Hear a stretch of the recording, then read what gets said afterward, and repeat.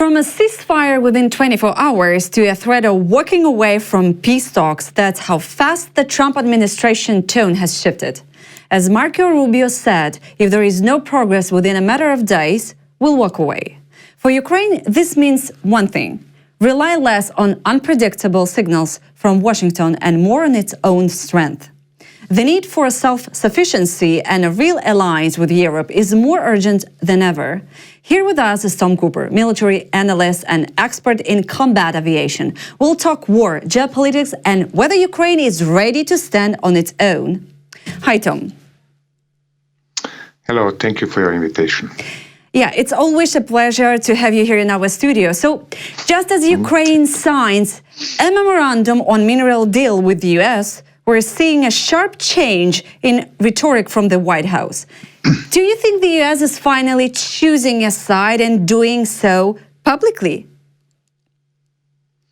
The USA are not choosing any kind of sides. Essentially, the Trump administration is after only one goal, which is to make good news, great news, and all in the sense of presenting itself of making America great again. Whatever that means for them. Okay, some are telling the story of Trump trying to reposition Russia as a sort of a U.S. ally against China. So kind of trying to side with Russia against China in the same fashion or similar fashion like back in the 1970s. United States allied with China against Soviet Union.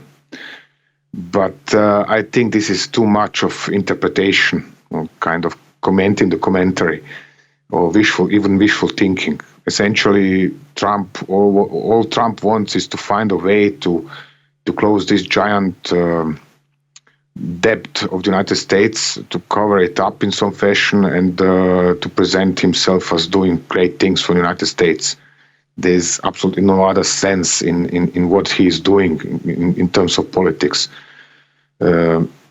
Therefore, he's going to continue making bigger announcements, continue to actually muddle waters in regards of Ukraine and Russia and this entire affair. Actually, nothing of this is interesting for the United States or for Trump administration. Ukraine is not interesting, and if anything is interesting, then the mineral wealth and natural wealth of Russia for exploitation.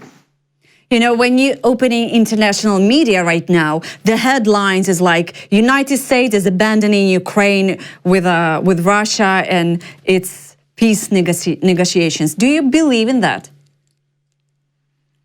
Yes, I mean, this is just a byproduct of the entire situation of what the Trump administration is after.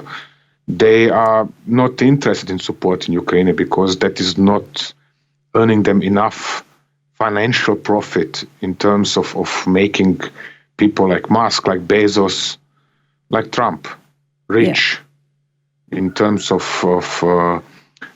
closing this huge budget deficit of the United States. Ukraine is simply uninteresting for them. So therefore, all of this talking about mineral deal with Ukraine and so on, this is as valid or as meaningful as a similar mineral deal with Afghanistan, which Trump administration has arranged in 2016, only to 1 year later abandon the same Afghan government and simply make a deal with the Taliban for U.S. withdrawal from Afghanistan. Well, I really believe it's not gonna happen with Ukraine. What should prevent him from doing that?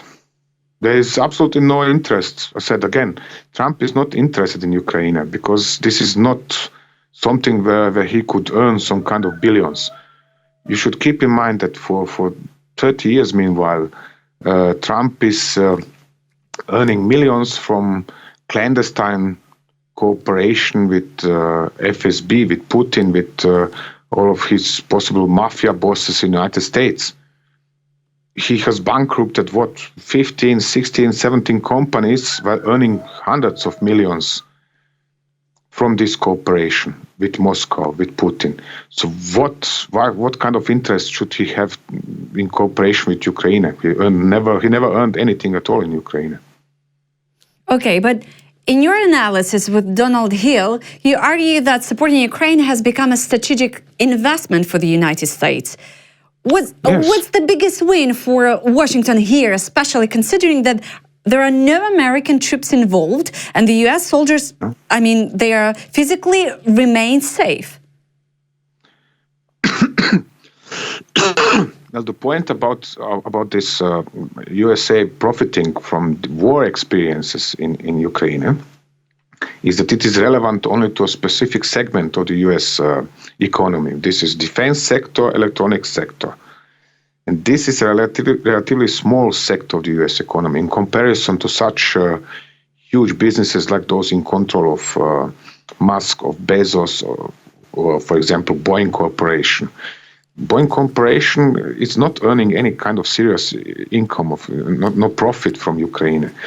It is rather a plethora of smaller companies which are doing so. It is also the US armed forces which are earning plentiful of precious combat experiences from Ukraine. That is the point of that article you're mentioning. The total worth of this experience, the total worth of resulting research and development of new weaponry is immense. But for somebody like Trump, this has absolutely no value at all. And that is the problem. Therefore, Trump does not see this profit the Americans are earning from Ukraine at all. He's ignoring it. The only thing that is interesting for him would be if Ukraine would already have huge oil fields, huge gas fields developed and in function, or sources of rare earths and similar, which he could take over and exploit without any kind of control. Then Ukraine would be interesting for him. But the way the situation is right now, this is not the case. So what he is searching for is profiting from the Russian position, from Russian mineral wealth, from Russian natural wealth, and also through distancing Russia, which is actually a fantasy, distancing Russia from China. While he does not even understand that Russia is actually already very deep in the Chinese pockets, which means that the Chinese are controlling large parts of the local market in Russia and extracting ever bigger profits anyway. To the degree that Putin couldn't even really properly continue this war without the Chinese support. Therefore, this is all some kind of wet dreaming by Trump and similar, fantasizing about greatness of America, and they are so strong and powerful they can affect this kind of global or strategic changes, which they simply can't. The fact is the United States have lost their power due to their own mistakes, not only mistakes of the Trump administration. These are the mistakes of the Biden administration, of Obama administration. Actually, you can track back this negative development of the United States at least back to Nixon administration in the early 1970s, if not all the way to Kennedy administration of the early 1960s.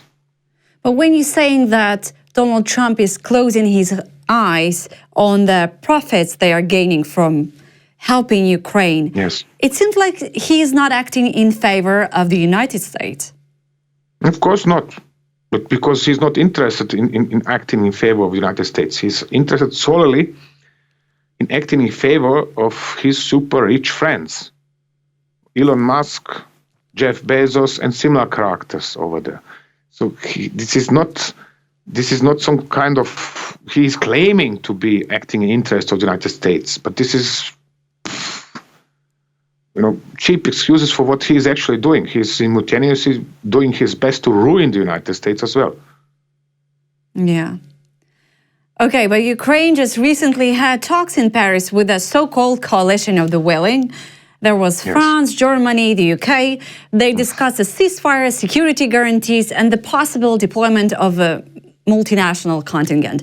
Do you see this coalition contingent? I'm sorry. Do you see this coalition evolving into a real security tool, or is it just more of a diplomatic club with good intentions?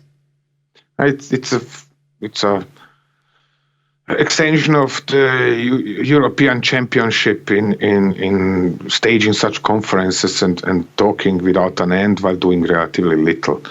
There are lots of promises now for Ukraine and so on, but when you check the biggest donations in terms of weaponry lately are those from Germany, not from UK, not from France.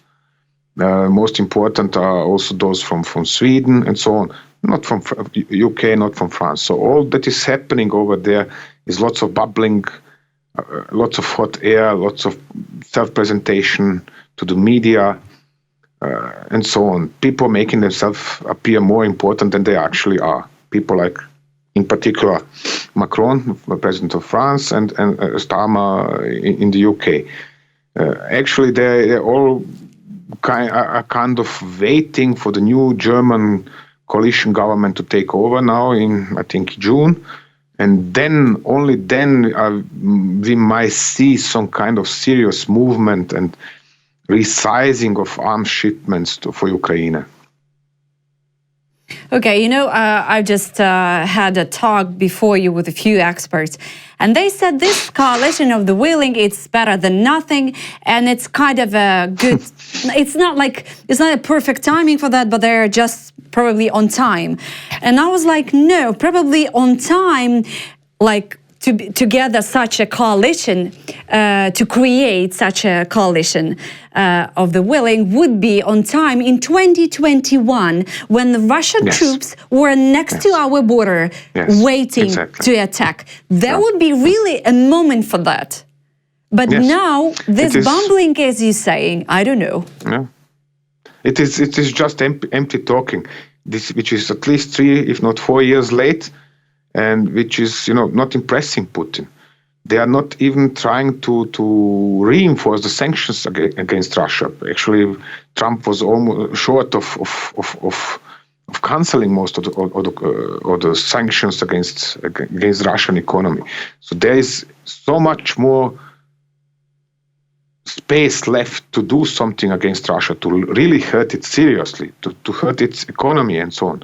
But this is not done. Instead of taking care to really bolster the production of arms and ammunition, to seriously bolster the Ukrainian armed forces through deliveries of arms and ammunition, we are in the 4th year of this war, and the Europeans are still talking.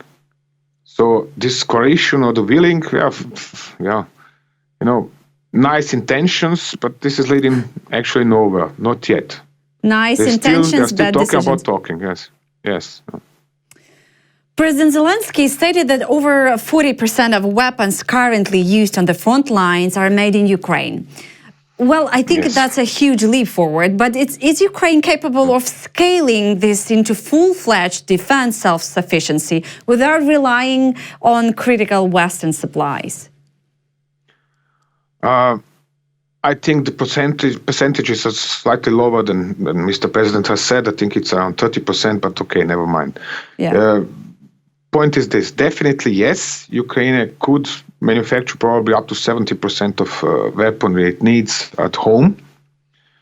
The problem is, again, the same like the last 3 years, which is that the organization of the government and corruption, incompetence, and so on are all working against such capability, which means, in other words, for the Ukrainian economy to support itself, it would need a mobilization of the population, which means that the companies would need additional workers so they can manufacture more. Moreover, there is a need for a much better organization of accepting new products, accepting new developments, and putting this into production, financing them, and getting them to the front line. And this process is still much too complex, much too complicated, much too slow. Lots of money is still lost in private pockets while it's developing. If somebody nowadays develops a new type of, for example, FPV drone, okay, this is an excellent product, it's proven during the testing and so on, but in order to get so far, to test it in front of Ukrainian officials, you have to bribe this person, then you have to bribe another person, then another person, so that the people who are actually making such decisions would eventually just see the project or the product in question being tested or demonstrated. So once this is done, only then is the decision taken for the product to enter production and for the government to finance it. And even then, you still have 2 or 3 steps where the company or the developer, creator of such a product, has to bribe somebody in the government in order for the government to sign the contract and say, okay, we are financing you. This is the biggest hurdle in the entire process. And right now, this is still, I said, happening too slowly, too much bribery, too much corruption involved, and so on and so on. In the case of UAVs, we have seen earlier this year that the government went so far that it said, okay, there is so much corruption, there is so much it has lost the control of the system to the degree where it gave up controlling the distribution of the UAVs to specific brigades, which then, this is ironical, they have created a sort of private economy sector just for UAVs, in which now units can buy themselves as many UAVs as they want or they can afford. The problem is, in this way, you are creating a multiple level society where the units, brigades usually, which are richer, which have more public support and therefore more public donations, are capable of buying more UAVs, and the units which are depending on the official budget alone and are receiving very few donations or no donations from the private sector, from private persons, cannot buy any UAVs at all. So this is, a capitulation of your government to its own corruption and incompetence, actually, for all practical purposes. Yeah. You have lots of clever people in Ukraine, you have lots of skilled people in Ukraine, you have lots of highly promising projects, excellent, especially in robotics, excellent weapon systems in the making, but nothing happens because the government is incompetent and corrupt and simply cannot do the job, not ready to do the necessary steps. And then what happens is that the people are pushing privately, and if they have contacts to specific brigade commanders, then the things are coming forward. The project is financed at least privately, and it's in it enters production. It enters the field service, which means it's used in combat. And then at some point in time, after usually some 12 to 18 months, the government sees, this is a good thing, this is working very well.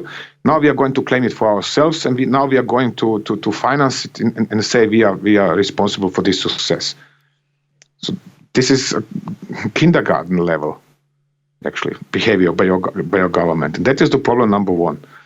So you urgently need reforms in this regards.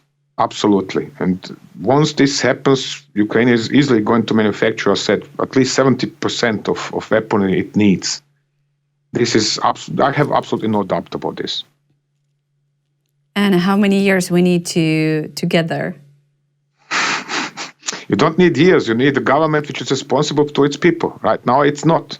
It's as simple as that. The government is right now doing whatever it wants to do because, well, it's supported because the president did so well in White House back in February when Trump and his vice president were dressing him down in such a awful fashion. Yeah. And because of this, people are supporting Zelensky. Correspondingly, Zelensky can do whatever he wants to do instead of reforming his own government. It's as simple as that. Yeah, but I just want to put a little light and hope in that tough question and topic. Well, don't worry. There is a lot of light at the end of the tunnel. Yeah. There is a lot of light. But I just because you have just one note. When I met one of the EU leaders just last summer, and we were talking about Ukrainian corruption as well, that is kind of stopping EU of helping somehow. It's disappointing. But the thing is, what she told me, that when you know about cases of corruption, it's better than not to know about that. It's still, it's something that the corruption case is revealing to the public. I mean, does that make sense for you? I mean, that sounds kind of too much sense. Yes. Yes. So at least we have a similar system here in the EU. Excuse me for interrupting. We have a similar system here in the EU. There's lots of corruption, but those on the top cannot see anything of it. Yeah. Or they prefer not to look it or to ignore it. And then all of a sudden there is another big financial scandal. There is another case of somebody actually turns out to be working for Putin, for FSB, to have launched a Wirecard family or whatever kind of companies and stolen several billions and then disappears in Russia. What a surprise. And or the parliamentaries are bribed by Qatar or United Arab Emirates or Saudi Arabia or Americans or whoever else. Because the people at the top do not want to see this. So, and the characteristic of all of this is when then a new member, for example, new national member, like, for example, one of the latest was Croatia, joins the EU, then you can monitor precisely the same behavior in that new member like there is already in the EU, which means that there is lots of corruption and the government is looking away. It is not, this is so terrible, but better we don't see this, because if you don't see this, then it's not happening. Yeah. This is the same system, obviously, which now the European officials expect to happen in Ukraine. Yes. So you're going to have a government, and you're going to become a member of the European Union sooner or later, that is sure. But well, if there is a corruption, better do not look at that. Better we do not pay attention, because if you don't pay attention, then there is no corruption. That's a tricky moment. Okay, but going back to the defense sector reforms, I know you closely follow everything and mention ongoing reforms in Ukraine's higher military leadership. What exactly is changing, and how does it affect combat effectiveness in hotspots like in the areas like Pokrovsk, Kupiansk, Toretsk? Well, that is a very good question, Natalie. The point is this. The stronger specific brigade commanders are becoming, and that is right now the process, and they are becoming stronger to their advance in the rank to the commanders of corps level units. For example, the 3rd Assault Brigade, which is very famous, and especially outside of Ukraine. And then you have its commander is now corps commander. So the stronger they get, the less influence there is from Syrskyi, which is why Syrskyi is not really happy with this reform and reorganization to corps commands.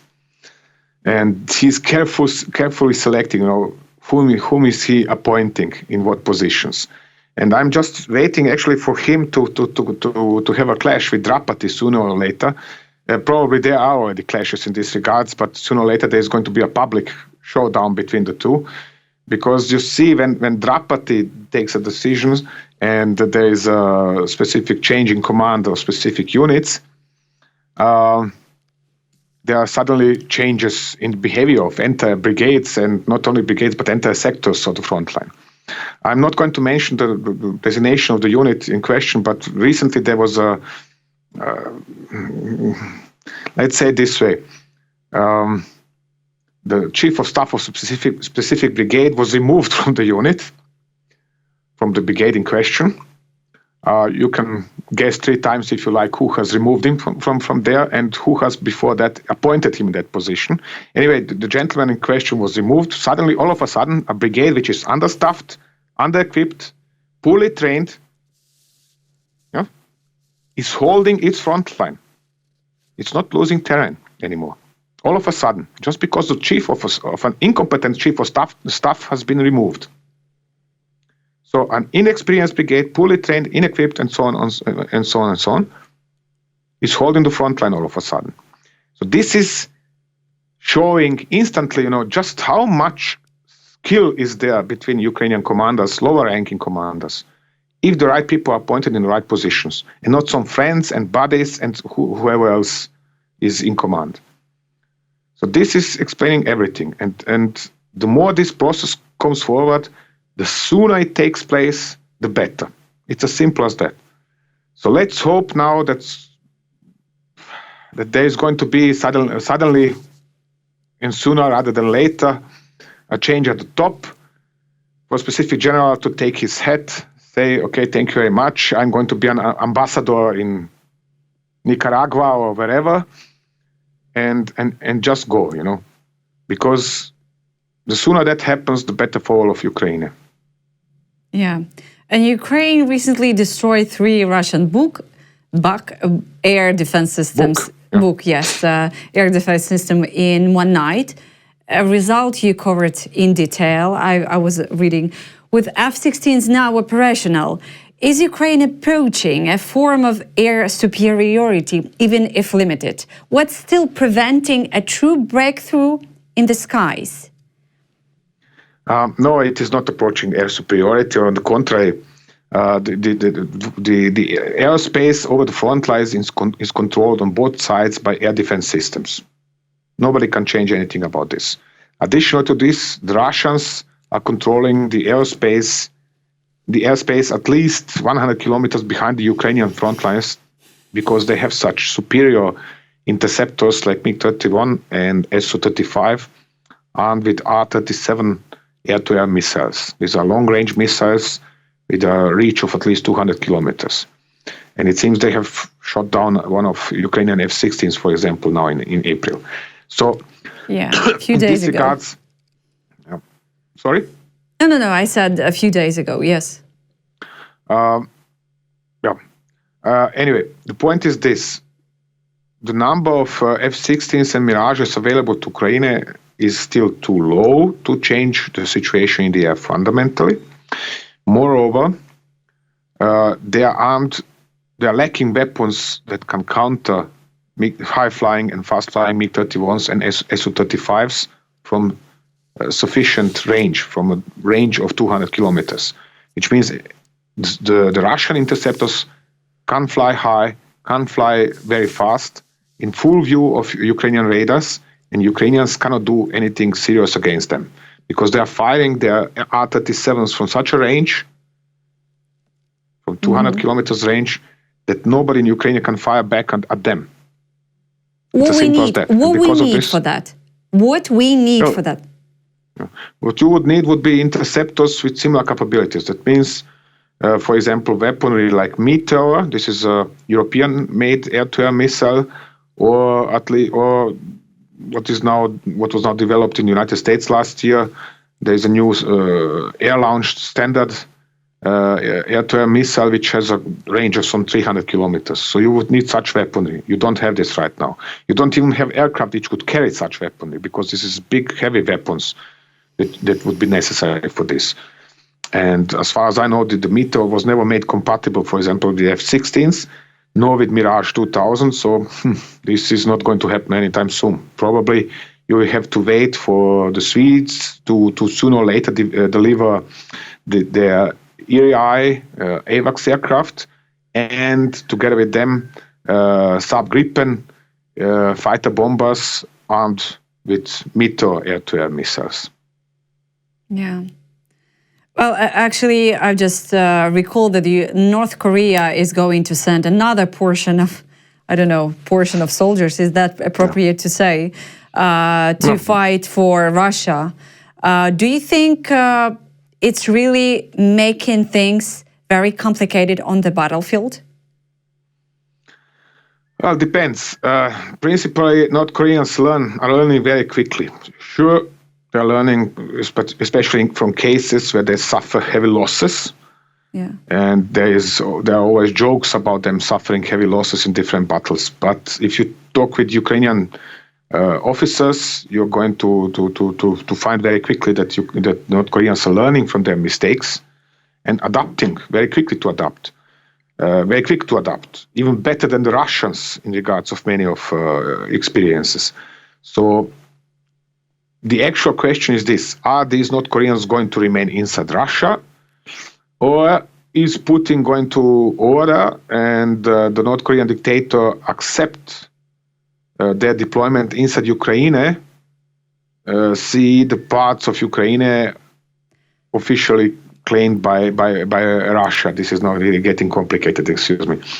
That means these 4 oblasts of Ukraine which are annexed by Russia. It's under the discussion. What I've heard is under the discussion. What you're saying. Yeah. This is the crucial question. If this happens, then it's a new development, and it is very likely to happen alone because we can see that the Russian army, even if it's sending whatever is left of its bigger mechanized units, like now 2 or 3 days ago, 24 mechanized vehicles in a single assault, and 23 of these were destroyed. This Russian army is destroyed. It has degenerated to a level where it cannot run even a company-sized assault in an effective fashion anymore. North Koreans would bring lots of a sort of new blood into all of this. Of course, they would suffer heavy casualties, but they would still be capable of running more powerful assaults. And that is then the problem for Ukraine, where there are ever less troops in the front line. And Ukraine is ever more depending on mining and on FPVs and artillery, or this combination, to stop the Russian assaults. But the Russian assaults are relatively small meanwhile, which means they are attacking with between 6 and 30 people at once. If they are moving in bigger units, they are smashed in huge numbers. So therefore, Ukrainian front lines are not that tightly occupied, not held by lots of troops. So the question is now, if North Koreans come into Ukraine and assault with a big unit at once, in one big assault, has Ukraine enough troops at that point of the front line to repel and to stop such an assault? That is the question. Yeah, I've heard that they have heavy losses, but they are not afraid to die. That's what the Ukrainian soldiers saying. That it's not only that they are fast learners, they are learning fast, but they're like kamikaze. One is dying, another guy's just behind him, running with no weapons in hands. I've heard. They are nuts. The same like with Russians. You can see them moving, advancing on crutches. So if you think, afraid of dying, they are all afraid of dying. We are all afraid of dying. This is nothing. There is no exception from this rule. Okay. It's just a question: how do the people deal with are they fatalist enough, like the Russians are, to be sent into such attacks ever again and again, regardless of circumstances, regardless of their even being injured already and actually belonging into some hospital for treatment and recovery, but no, they are sent to another assault again or not? That is the question. And in this regards, North Koreans are fed a steady diet of indoctrination, according to which they are defending their country and saving also friendly Russia and whatever. And therefore, they have to do this duty for their own country. One shouldn't forget that in North Korea, this idolization of the dictator is meanwhile a sort of religion as well. This is a religion which is indoctrinated into the population for 75 years, meanwhile, even longer, almost 80 years. So therefore, even if not all of the North Korean population is supporting the dictator, well, the troops, the youngsters serving in the armed forces they are indoctrinated to do their duty, and they are doing that, whether in North Korea or in Russia or in Ukraine. Yeah. And the final one. The Economist just recently published a sharp piece on Ukraine's internal political climate. It claims that while the West romanticizes Zelensky, democratic institutions are weakening, and speaking out against the government is becoming risky. How do you assess the current political situation inside Ukraine? How much centralization of power is truly justified in wartime? Well, the levels reached by the Zelensky administration are said earlier. This is reaching absurd levels because it's making no sense and it's not working better. And with this, everything is said. If it's not working better, then it's working worse, and it's working poorer or worse than earlier, then it's a wrong decision. But you have nobody who could kind of challenge the president and his advisor Yermak, and who is apparently even more powerful than the president and bringing most of the decisions. You have nobody capable or in position to challenge them openly. And because you don't have anybody able to challenge them, they're just doing ever more of the same. So in certain regards, they are actually resembling the actions of Trump administration in the United States. They're bringing their own decisions for their own interests, presenting this as being interest of all of Ukraine and sovereignty and freedom and liberation and whatever, and winning the war. But actually one can see very little in terms of liberation or improved democracy and freedoms of speech, of whatever. So it's not working better. So therefore such reports like by The Economist are absolutely unsurprising for me. Yeah. I'm not a great fan of The Economist, but still, do you think this tendency in Ukraine is going to affect their European support somehow? Sorry, I didn't understand this one. Yeah, properly. okay. So this thing that happened in Ukraine with the centralization of power, do you think it's going to affect the perception of Ukraine in Europe? You know, Europeans helping Ukraine? Not really, at least not very soon. Because generally, people in Europe, the majority doesn't really care. You know, everything is fine as long as the war is still in Ukraine and the Russians do not get any further towards West. So give them a little bit, the Ukrainians, you know, a little bit of money, a little bit of weapons. And, you know, everything. The only thing that is important here is that the war remains where it is. That is one side. And on the other side, you shouldn't forget that up to 1/3 of the population here is actually pro-Putin, or at least against Ukraine, and says, oh gosh, we are giving them too much, and this is pointless, they are just warmongers, and this is all NATO's fault because NATO is so aggressive and trying to conquer Russia or whatever else, and Mars and Jupiter as well. So, no, not really. You know, the number of people who are really have good insights into the political situation inside Ukraine is very limited, and mostly limited to people who have some kind of contacts, where friends of whatever other kind, who are Ukrainians and who can tell them, listen, who dare really to say, listen. For example, the situation in this town is very bad, or in this city is very bad because a local mayor or political party or somebody else is doing things which they shouldn't be doing, but nobody can stop them. And there are people who are scared even for their life. There are such cases in Ukraine. So, again, right now and in the next, let's say, 6 to 12 months, now I don't see any kind of big danger for reputation of Ukraine.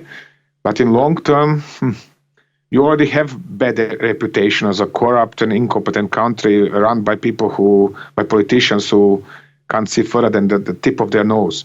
So there is the problem, actually. If your reputation is already, ruined, you can only get better. Excuse me for expression. Thank you, Mr. Cooper, for your excellent sense of humor. Tom Cooper, military analyst, was with us in our studio. Thank you. You're welcome.